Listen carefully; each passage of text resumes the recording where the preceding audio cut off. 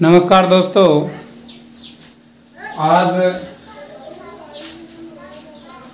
सभी बच्चों की डिमांड पर सभी भाई लगातार डिमांड कर रहे थे। मैं पॉलिटिकल साइंस के लगातार वीडियो बना रहा था।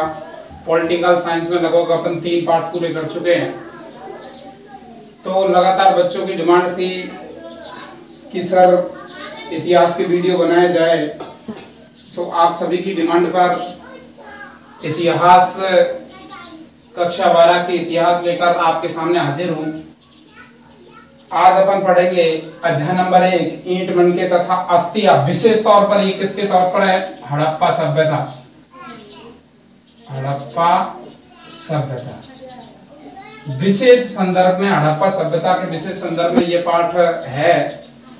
तो सबसे पहले अपन इतिहास पढ़ ही रहे हैं, तो इतिहास के बारे में कुछ जानकारी प्राप्त कर ले। इतिहास है क्या, क्या चीज है इतिहास, किस चीज को इतिहास कहते हैं। देखिए, नॉर्मली अपन जब देखें तो इतिहास कुछ शब्दों से मिलकर बना है। इति प्लस है प्लस आस, 3 शब्दों से मिलकर बना है। इति प्लस है प्लस आस। इसका जो अर्थ होता है वो सीधे तौर पर होता है कि निश्चित रूप से ऐसा ही हुआ था, ऐसा ही हुआ था। तो यानी इतिहास का शाब्दिक अर्थ क्या होता है कि निश्चित रूप से ऐसा ही हुआ था। यह होता है इतिहास का शाब्दिक अर्थ। देखिए कुछ और विशेष तौर पे अपन डायरेक्टली भी देखते हैं कि इतिहास को 2 शब्दों से मिलकर भी बना देते हैं। इति प्लस हास। इति का मतलब होता है प्रारंभ होना और हास का मतलब होता है अंत होना। यानी जिन चीजों का प्रारंभ होकर अंत हो गया हो वो इतिहास के अंतर्गत आती है। देखिए, कुछ ऐसे भी मानते हैं, कुछ ऐसे भी मानते हैं, दोनों ही सही है कि जिन चीजों का प्रारंभ होके क्या हो गया हो अंत इतिहास के अंतर्गत आती है। या फिर इतिहास का शाब्दिक अर्थ क्या होता है कि निश्चित रूप से, कैसे रूप से? निश्चित रूप से ऐसा ही हुआ। यानी जो अपन पढ़ रहे हैं वो निश्चित रूप से हुआ। अब अपन अपने पॉइंट पर आते हैं। अपना पॉइंट है ईंट मनके तथा अस्थियां। विशेष संदर्भ में, किसके संदर्भ में पढ़ रहे हैं अपन? विशेष हड़प्पा सभ्यता। देखिए, सबसे पहली बात मैं आप लोगों को बता देता हूं। विशेष संदर्भ में अपन पढ़ रहे हैं हड़प्पा सभ्यता के विशेष संदर्भ में ये चीजें अपन पढ़ रहे हैं। देखिए, पहली बात तो मोहर, हड़प्पा सभ्यता की जो मोहर है इसके बारे में मैं आपको बता देता हूं। सर्वप्रथम आपका पाठ मोहर से ही चालू होता है। तो मोहर क्या है? देखिए, ये एक विशिष्ट प्रकार की वस्तु है जिससे अपन को हड़प्पा सभ्यता के बारे में सर्वाधिक जानकारी प्राप्त होती है। देखिए, सभ्यता है। देखिए, जो मोहर है, हड़प्पा सभ्यता की जो मोहर है वो सैल खड़ी नामक पत्थर से बनी हुई थी। कौन से पत्थर से लाला? किस पत्थर से बनी हुई थी गुरुजी? सैल खड़ी। अच्छा, सैल खड़ी पत्थर भी हुआ करे है। हाँ गुरुजी, सैल खड़ी पत्थर होता है। सैल खड़ी नामक पत्थर से ये मोहरें बनाई गई थी, क्योंकि ये हड़प्पा सभ्यता जो सारी चीजें हैं यहाँ पर पत्थरों से बनी हुई मिलेगी। ये पाषाणकालीन सभ्यता है, तो यहाँ सारी चीजें पत्थरों से मिली हुई बनेगी आपको। कुछ देखिए धातुओं की भी यहाँ पर जानकारी थी, लेकिन ज्यादातर चीजें पत्थरों से मिली बनी। तो सैल खड़ी नामक पत्थर से बनी हुई थी, जिस पर जानवरों के, अपन कहे जानवर पशु वगैरह के चिन्ह बने हुए थे। इसके अलावा इस पर एक लिपि अंकित थी। एक विशिष्ट लिपि में कुछ लिखा हुआ था। इसमें विशिष्ट लिपि में कुछ लिखा हुआ था जो आज तक, ये लिपि आज तक पढ़ी नहीं गई।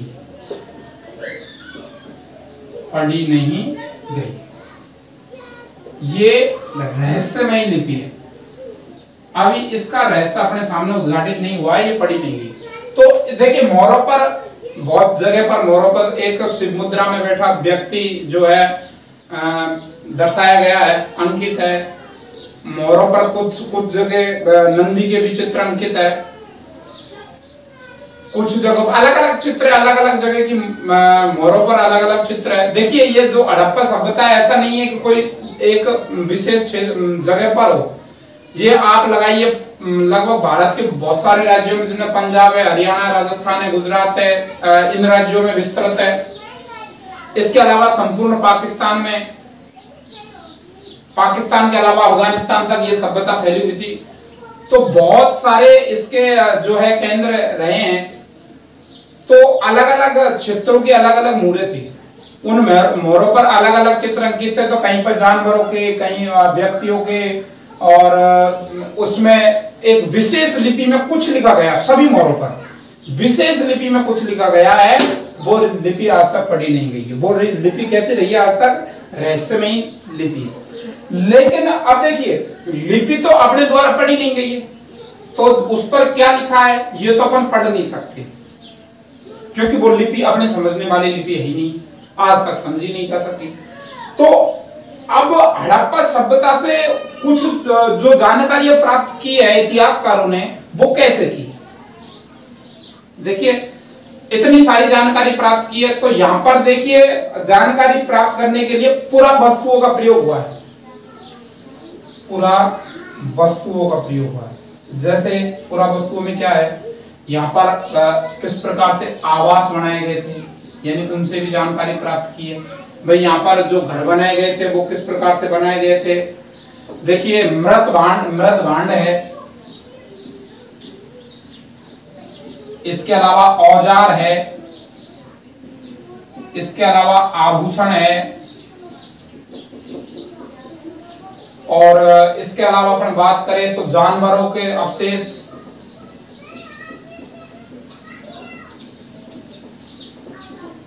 जानवरों के अवशेष भी यहां से मिले हैं। इन जानवरों के अवशेष, यानी कुल मिला के मैं कहूं ये सारी चीजें, आवास है, मृत भांड जो यहां से मिले, ये सारी चीजें हो गई पुरातात्विक साक्ष्य, पुरातात्विक साक्ष्य। तो जो पुरातात्विक जो साक्ष्य मिले हैं, इनके माध्यम से जो इतिहासकार है उन्होंने यहां से जानकारी जुटाई है, पुरातात्विक साक्ष्यों के माध्यम से। देखिए पुरातात्विक साक्ष्यों की अपन बात करें तो यहाँ पर आवास है, तो यहाँ पर देखिए कैसे प्राप्त करते हैं जानकारी। मान लीजिए ये सभ्यता है, जिस प्रकार से अपन जी रहे हैं ये अपनी एक सभ्यता है, नहीं कहते सभ्यता, संस्कृति, सभ्यता, तो ये अपनी एक सभ्यता है। संस्कृति, देखिए संस्कृति जो है, मैं आप लोगों को बता देता हूं कि संस्कृति शब्दों का प्रयोग कहां होता है। देखिए एक बड़ी अच्छी चीज है संस्कृति।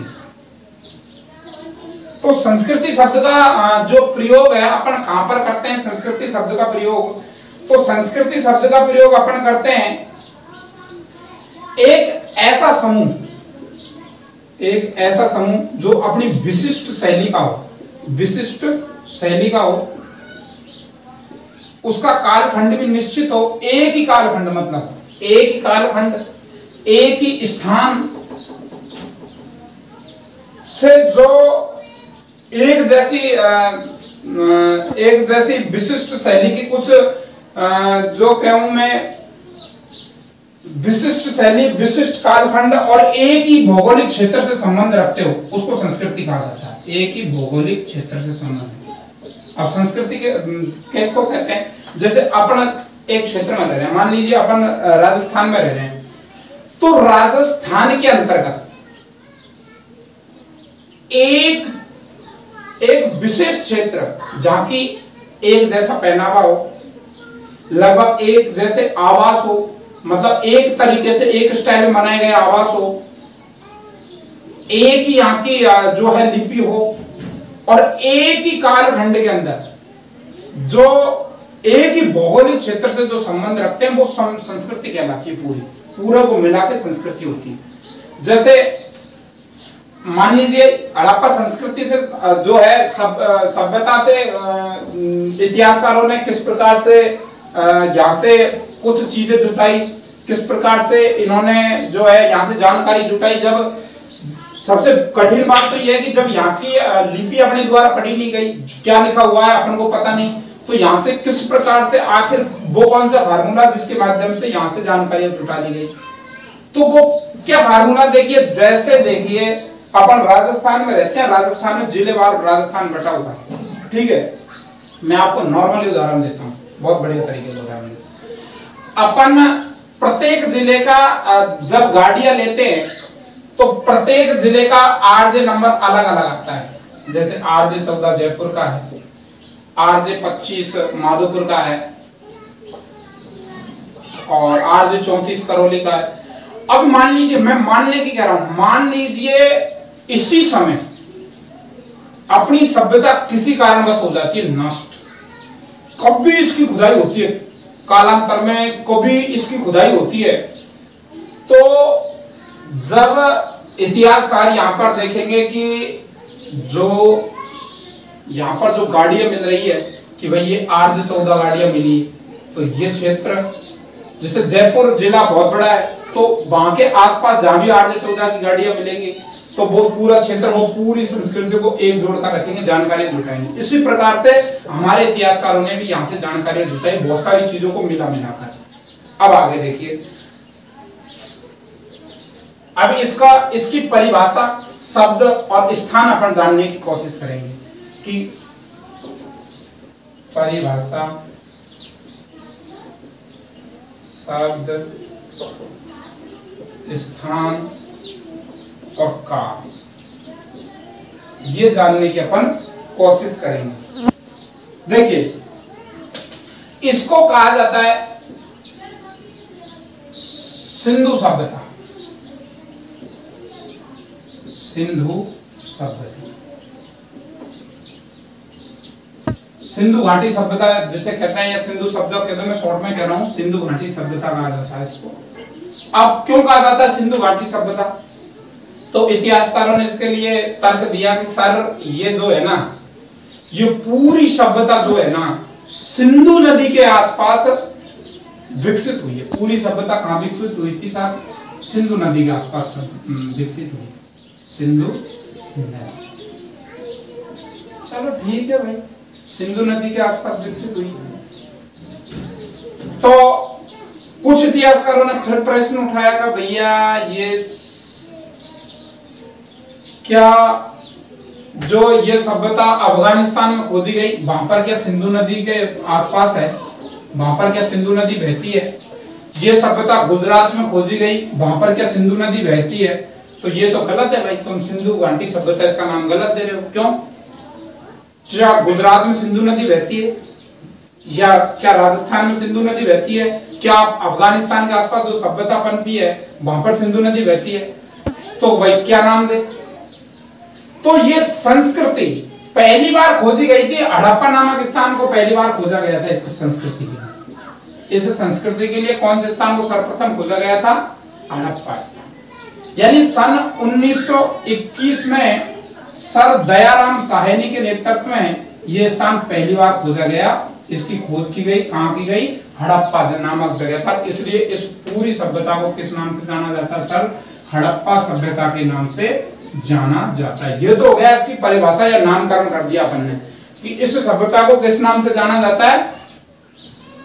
हड़प्पा सभ्यता के नाम से। इसको सिंधु घाटी सभ्यता भी कहते हैं, लेकिन इतिहासकार ज्यादातर हड़प्पा सभ्यता नाम से भी इसको पुकारते। तो ये तो अपन ने कर दिया, इसका नामकरण या परिभाषा अपन ने इसका कर दिया। अब देखिए,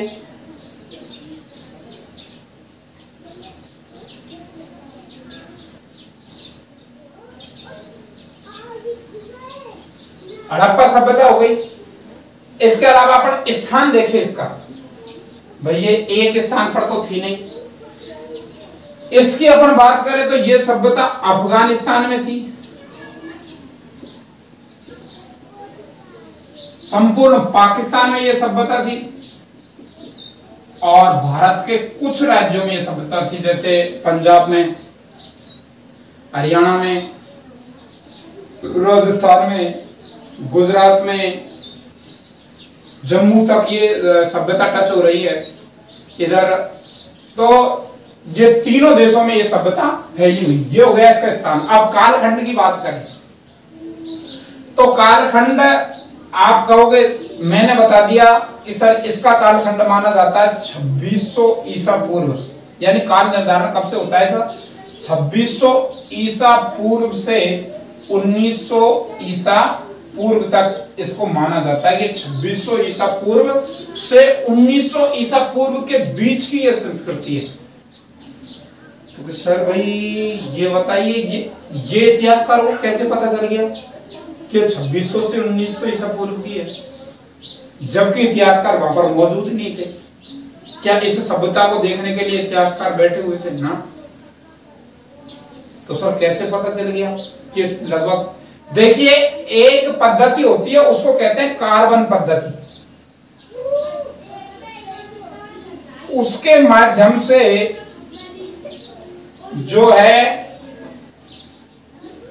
मैं कहूं कि इनका काल निर्धारण किया जाता है। यानी जो अवशेष मिलती है, जो हड्डियां मिलती है, उनके अंदर कार्बन की उपस्थिति होती है, उसमें कितने प्रतिशत कार्बन की उपस्थिति होती है उस हिसाब से निर्धारण करता है। अब ये तो साइंस वाले बच्चे बता सकते हैं कि सर किस प्रकार से होती है कार्बन पद्धति, ये, लेकिन कार्बन पद्धति के माध्यम से इनका काल निर्धारण किया जाता है। ये हो गया सर, इनका काल निर्धारण हो गया। किसी को कोई प्रॉब्लम है क्या? नहीं है यहाँ तक? वो तो कमेंट बॉक्स में जरूर बताना कि सर यहाँ से ये प्रॉब्लम थी। जैसे अगला वीडियो आएगा तुरंत आपके सामने उस प्रॉब्लम का सॉल्व निकाल के हाजिर हो जाऊंगा। जो भी आपको प्रॉब्लम्स हो तो कमेंट बॉक्स में आप बोल दिया करो, क्योंकि कमेंट बॉक्स में बोलने से अगले वीडियो में उस प्रॉब्लम का हल हो सके। और मैं इस वीडियो में अपने फोन नंबर भी छोड़ देता हूं, तो आप उस फोन नंबर पर संपर्क भी करके आप जो है अपनी समस्या का समाधान पा सकते हैं। तो अपन हड़प्पा संस्कृति का नाम हड़प्पा संस्कृति क्यों पढ़ चुके हैं, सिंधु घाटी सभ्यता इसको क्यों कहा जाता है पढ़ चुके हैं, खोज कब हुई थी पढ़ चुके हैं, इसका स्थान कहाँ है पढ़ चुके हैं, काल निर्धारण मतलब 2600 ईसा पूर्व से 1900 ईसा पूर्व तक, और किसके माध्यम से होता है ये, कार्बन पद्धति के माध्यम से काल निर्धारण होता है। चलो आगे बढ़ेंगे अपन। आगे बढ़ने से पहले अपन एक चीज और देख लेते हैं। वो क्या देखेंगे सर? देख लो, कुछ एक कमाल की चीज बताऊंगा आपको। अभी अपन इसका काल निर्धारण कर रहे थे सिंधु घाटी सभ्यता का, तो अपन लिख रहे थे कि 2600 ईसा पूर्व से 1900 ईसा पूर्व। तो सर ये ईसा पूर्व क्या चीज है? ये पहली बात तो भाई अपन तो ये देखते हैं, कैसे देखते हैं कि अपन कहते हैं भाई महाराणा प्रताप कब से कब तक थे, महाराणा प्रताप जो है कब से कब तक थे, तो अपन कह देते हैं कि सर 1540 में उनका जन्म हुआ था और 1597 में उनकी मृत्यु हो गई थी। यानी कि कुल मिला के वो 57 साल तक उन्होंने वो रहे थे। तो सर 1540 से 97 ये तो समझ में आ गया भाई, 1540 से 97 तक तो रह सकता है, लेकिन यहाँ तो 2600 से 1900 रह रहा है। ये तो उल्टी गंगा बह रही है, ये कुछ समझ में नहीं आया भाई। 1900 से 2600 तो समझ में आता है, लेकिन ये तो सर 2600 से 1900, तो इसका मैं आपको बता देता हूं कि इंग्लिश का शब्द है, एक तो होता है AC, एक होता है BC, ठीक है। तो AC का मतलब तो होता है आफ्टर, आफ्टर की मीनिंग भी नहीं जानता मैं, तो बता देता हूं। आफ्टर क्राइस्ट, क्राइस्ट का मतलब होता है ईसा मसीह। भाई ये जो अपन पढ़ते हैं ना सन 2000, अब कितनी चल रही है, सन 2021, तो ये अंग्रेजी साल है। कौन सी साल है सर? अंग्रेजी। अंग्रेज क्या थे? ईसाई। और ईसाई कौन से देवता को मानते हैं? अपना पूज्य ईसा मसीह। तो इनकी जो साल प्रारंभ हुई थी, वो साल प्रारंभ हुई थी ईसा मसीह के जन्म से। तो आफ्टर क्राइस्ट का मतलब होता है, आफ्टर यानी होता है के बाद, तो यानी ईसा मसीह के बाद। तो अपना जो 2021 चल रहा है, ये चल रहा है ईस्वी, यानी ईसा मसीह के बाद का साल है। ईसा मसीह के जन्म को कितने साल हो गए सर? 2021 साल हो गए। अब एक होता है BC, इसको हिंदी में लिखते हैं ईस्वी पूर्व। पूर्व का मतलब जानते हैं ना आप? पहले। यानी ईसा मसीह, ऐसा तो हुआ नहीं कि भैया ये धरती है तो ईसा मसीह के, ये पूरा संसार है जो ईसा मसीह के जन्म के बाद में चालू हुआ था। नहीं सर, ऐसा तो नहीं है। ईसा मसीह के जन्म से पहले भी जो है संस्कृतियां थी भारत में, तो और भी पहले से थी। तो ईसा मसीह के जन्म के पहले का अपन कैसे नापे, वो होता है ईसा ईसवी पूर्व, बिफोर क्राइस्ट, यानी ईसवी बिफोर यानी होता के पहले, तो ईसवी पूर्व यानी ईसा मसीह के जन्म से पहले। तो अब देखिए ईसा मसीह का जन्म हुआ है इस पॉइंट पे, मान लीजिए ये हो गई 1, ठीक है। और 1 से अपन ईसा मसीह के जन्म के बाद में आएंगे 2 3 4 5 6 7 8 9 ऐसे चलेगी। उसी प्रकार इधर चलेगी 2 3 4 5 6 7 8 9। तो अब यदि यहां से जो आता है सन वो उल्टी लिखी जाती है, जैसे चंद्रगुप्त मौर्य ने राज्य कब संभाला था मगध का, वो 322 ईसा पूर्व में गद्दी पर बैठे थे और 297 ईसा पूर्व में उनकी मृत्यु हुई। लगा वही उल्टा, तो इधर की जो सन होती है वो उल्टी चलती है। उसी प्रकार, किस प्रकार, देखिए 0 होता है गणित में, होता है कि नहीं होता, होता है सर। 0 के बाद में 1 2 3 4 5 6, उसी प्रकार से -1 -2 -3 -4 -5 और -6। अब मैं कहूं कि -1 बड़ा या -6 बड़ा, तो संख्या तो सर 6 ही बड़ी है, लेकिन माइनस की होने के कारण -6 बड़ा नहीं होके -1 बड़ा है, मतलब यहाँ भी उल्टा है। तो उसी प्रकार अपन माइनस में चले जा रहे हैं, यानी ईसा के जन्म के बाद में माइनस में चले जा रहे हैं, तो यहाँ पर सन कैसे चलेगी सर, उल्टी चलेगी। आगे समझ में, हाँ सर बिल्कुल आगे, अब कोई दिक्कत नहीं है। एसीबीसी का मतलब समझ गए, समझ गए सर, कोई दिक्कत नहीं। चलो आगे चलते हैं। देखिए कुछ हड़प्पा सभ्यता जिन जगहों पर पनपी ना, हड़प्पा सभ्यता जिन जगहों पर थी, जैसे अपन गुजरात के कुछ, गुजरात में देखते हैं तो गुजरात में अपन देखते हैं धोलावीरा, लोथल, ये गुजरात में इसके स्थान रहे हैं। राजस्थान के देखे अपन कालीबंगा, पीलीबंगा, इधर हरियाणा में देखे तो बनावली, इस प्रकार से इनके स्थल रहे हैं। तो ऐसा तो नहीं है कि भाई जैसे हड़प्पा सभ्यता जहां पर मिली, हड़प्पा सभ्यता जहां पर मिली वहां पर अपनी सभ्यता उसके ऊपर ही तो पनपी है भाई। ऐसे थोड़ी हड़प्पा सभ्यता जहां पर थी वहां पर अब खालिस्तान है, नहीं, वहां पर आदमी अब भी रहता, संस्कृति अब भी थी।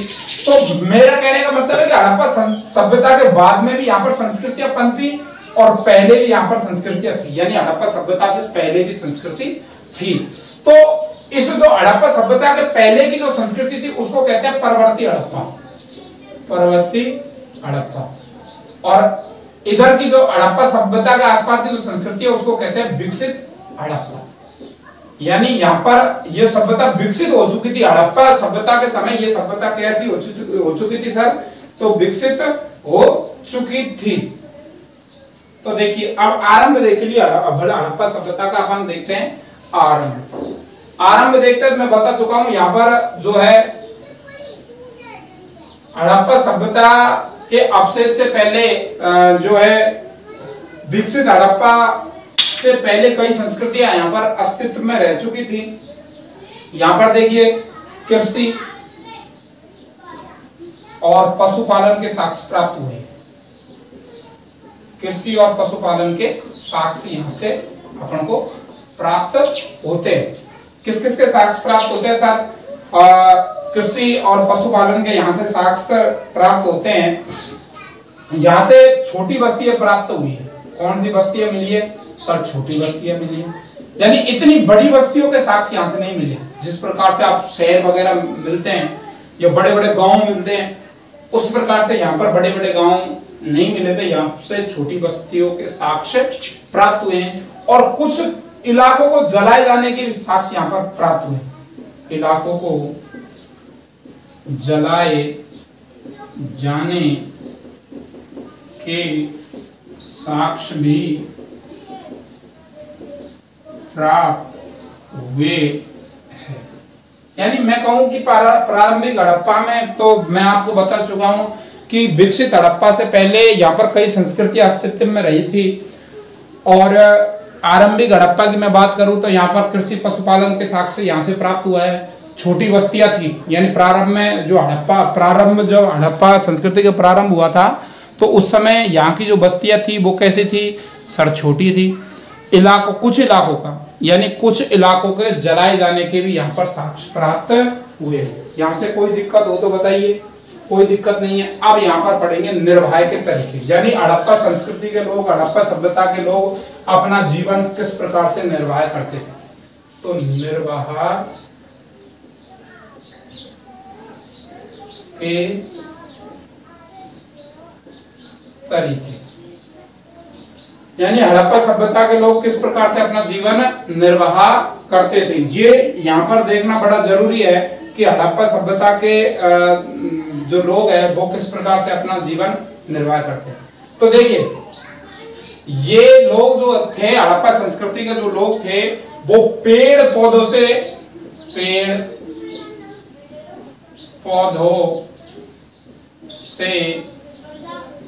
प्राप्त उत्पाद से अपना जीवन निर्वाह करते थे। पहली बात तो क्या है, यहाँ पर पेड़ पौधे आदि से यहाँ पर जीवन निर्वाह होता था। जैसे प्रारंभ में पेड़ पौधे फल वगैरह खा के ये अपना जीवन निर्वाह करते थे। इसके बाद में कुछ स्थानों पर से अनाज के दानों के साक्ष्य प्राप्त हुए, तो यहाँ से ये अपन प्रोटेक्शन लगा सकते हैं। देखिए, अनाज के,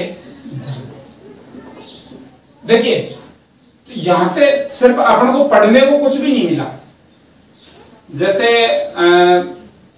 वैदिक सभ्यता के अंदर अपन को बहुत सारी चीज ब्राह्मणी साक्ष्य अपन को मिल गए, तो संस्कृत के, तो उस भाषा को अपन पढ़ चुके हैं, तो बाकी अपन को सारी चीजें हैं, सारी जो भी संस्कृतियां रही है उनकी विस्तृत जानकारी मिल जाती है। लेकिन बात यह है कि जहां से अभी हड़प्पा संस्कृति की जो लिपि है अभी तक पढ़ी नहीं जा सकती, तो अपन किसी चीज को देख के ही तो जो है प्रोटेक्शन लगा सकते हैं कि यहाँ पे कौन सी चीज होती थी।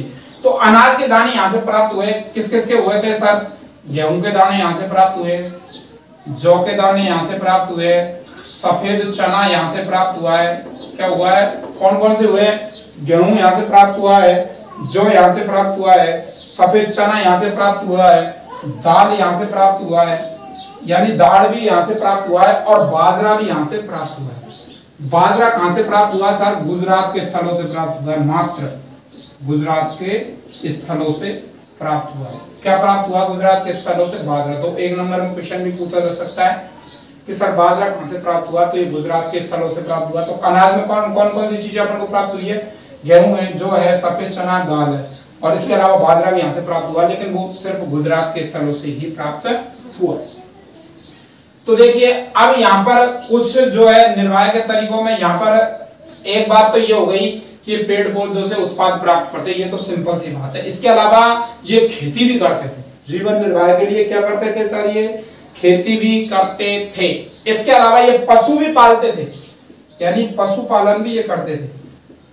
अब तुम्हारे दिमाग में एक बात उठेगी, सर पशुपालन का कैसे पता चला ये पशु पालते थे? तो यहाँ पर पशुओं की हड्डियां मिली है, पशुओं की हड्डियां यहाँ पर प्राप्त हुई है। कौन कौन से पशु की हड्डियां प्राप्त हुई? यहाँ से बकरी की हड्डी यहाँ से प्राप्त हुई है, भैंस की हड्डी यहाँ से प्राप्त हुई है, सुअर की हड्डी यहाँ से प्राप्त हुई है, जो पालतू होते थे। ये बकरी है, भैंस है, सुअर है और भेड़, इनकी हड्डियां यहाँ से प्राप्त हुई है। तो संभवतः ये प्रोटेक्शन, कोई पता नहीं कि ये पालते थे, कोई 100% नहीं कह सकता कि ये पालते थे, लेकिन इनकी हड्डियां प्राप्त हुई है बकरी की, तो लगाया जा सकता है ये अपनी संस्कृति से देख के कि भाई बकरी ये लोग पालते होंगे। भैंस की हड्डी प्राप्त हुई है, तो ये प्रोटेक्शन लगाया कि भैंस शायद ये लोग पालते होंगे। इसके अलावा सुअर की हड्डी यहाँ से प्राप्त हुई है, तो पता चलता है भाई सुअर पालते होंगे।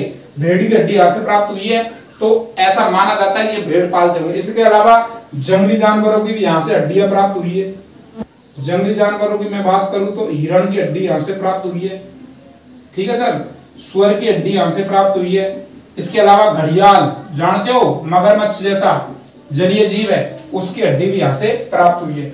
तो इनसे क्या प्रोटेक्शन लगता है? इनसे ये प्रोटेक्शन लगता है यदि हिरण थी तो हो सकता है कि हड़प्पा सभ्यता के लोग हिरण से मांस प्राप्त करते हो। तो ये लोग देखिए किसी को पता नहीं है कि ये मांस खाते थे या नहीं खाते थे। भाई ये भी पता नहीं है कि अनाज खाते थे या नहीं खाते थे, लेकिन शायद हो सकता है कि अनाज यहाँ पर उपलब्ध था तो ये लोग खाते हो सकता है कि किसी परिस्थिति बस ये अनाज उगे हो वैसे ही, लेकिन ये ज्यादा प्रोटेक्शन लगाया जाता है कि ये उगाते थे शायद।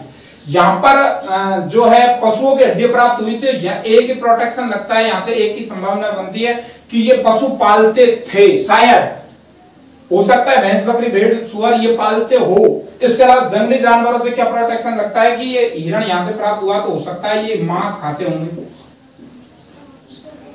तो इनके जीवन निर्वाह के तरीके क्या हो गए, पेड़ पौधों से प्राप्त चीजें ये खा लेते थे, अनाज ये जो है उगाते थे, पशुपालन ये करते थे तो इनको दूध वगैरह मिल जाता होगा। जंगली जानवर यहाँ पर थे तो इनको मांस वगैरह मिल जाता होगा। मांस खाने के भी यहाँ पर साक्ष्य प्राप्त हुए कि ये लोग मांस भी खाते होंगे, लेकिन ये पता नहीं चला कि ये लोग आखेट खुद करते थे। इस चीज का पता नहीं चला कि ये आखेट स्वयं करते थे। आखेट का मतलब जानते हो ना, शिकार, यानी हिरण वगैरह का जो शिकार करते थे तो ये लोग क्या ये शिकार स्वयं करते थे या फिर आखेट के लिए कोई विशेष समुदाय होता था उस पे से ये मांस प्राप्त करते थे।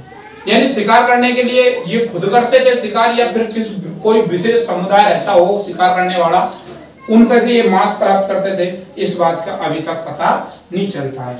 तो अपन बात करें जीवन निर्वाह के तरीकों की कि हड़प्पा सभ्यता में जीवन का निर्वाह कैसे किया जाता था, तो मैं आपको बता रहा हूँ कि पेड़ पौधों से प्राप्त उत्पाद से ये जीवन निर्वाह करते थे, इनको खाने वगैरह के काम में लेते होंगे।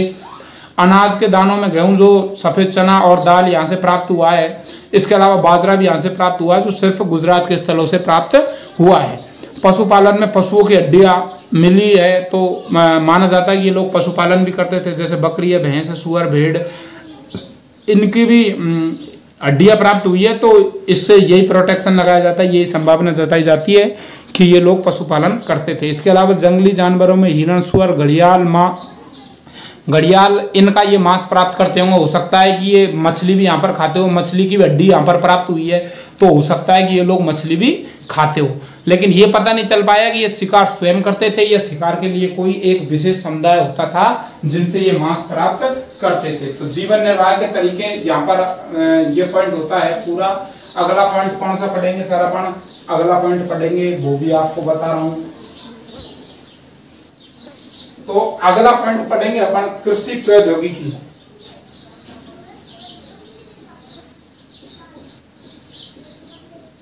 कृषि प्रौद्योगिकी यानी अब यहाँ पर जो है अनाज के दानों का अवशेष मिले, अनाज के दानों के यहाँ पर अवशेष मिले हैं, तो भैया अवशेष मिले तो हो सकता है कि खेती करते हो।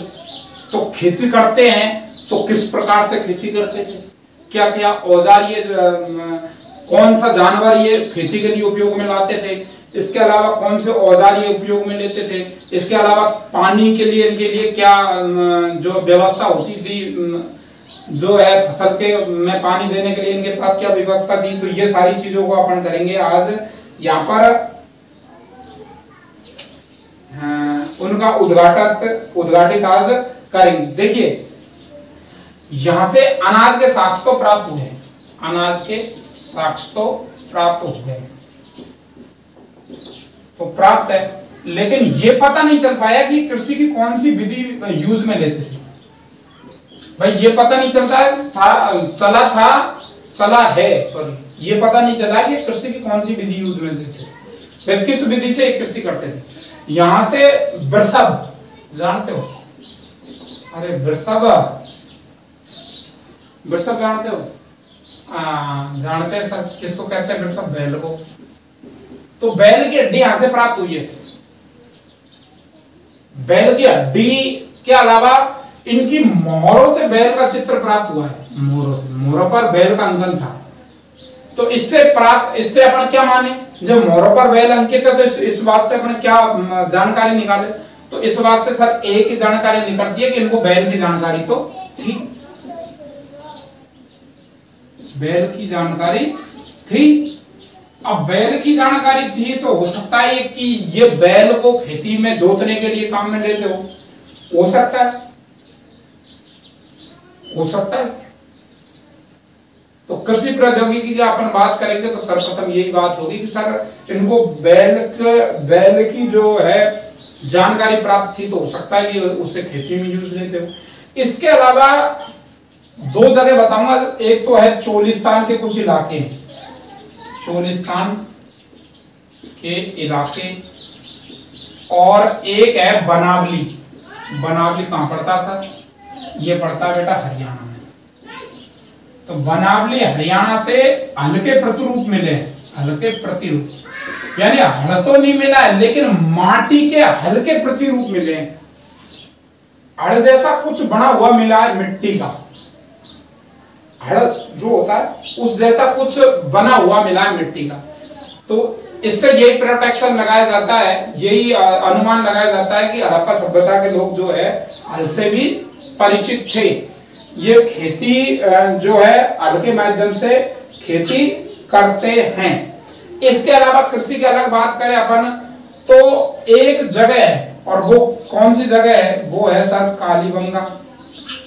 कालीबंगा कहां पड़ता है सर? ये राजस्थान में पड़ता है।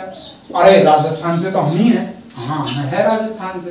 तो सर बताइए राजस्थान में कहां से पड़ता है? तो राजस्थान को तो हम जानते हैं सर। तो राजस्थान के हनुमानगढ़ जिले में कालीबंगा पड़ता है। यहां से जुते हुए खेतों का साक्ष्य प्राप्त हुआ। जुते हुए खेतों का साक्ष्य कैसे खेतों का साक्ष्य मिला है सर? जुते हुए खेतों का साक्ष्य मिला है। तो जुते हुए भी किस प्रकार से? यानी जो जोत थी, जो जोतों के जो निशान थे वो अपने आप को एकदम समकोण पर काटते थे। समकोण जैसे जुताई किस प्रकार से थी? इस प्रकार से यू जोत दिया फिर यू जोत दिया, यानी जोत की जो लाइनें थी अपने आप को कैसे काटती थी? समकोण पर काटती थी। कैसे काटती थी भैया? समकोण पर काटती थी। तो इसके माध्यम से यही बात लगाई जाती है कि यहाँ पर जुते हुए खेत के साक्ष्य मिले थे, यहाँ पर खेती होती थी। इसके अलावा अलग अलग प्रकार की यानी अलग अलग टाइम पे अलग अलग बदल कर खेती करते थे लोग, बदल बदल करके, ऐसे नहीं कि एक ही बार, क्योंकि समकोण पर काटते हुए जुते हुए खेतों के साक्ष्य मिले थे। इसका मतलब यह है कि ये बदल बदल कर खेती करते थे। ठीक है। इसके अलावा अब देखिए औजार, औजार कैसे थे यहाँ के? यहाँ के औजार थे सिर्फ पत्थरों के औजार थे।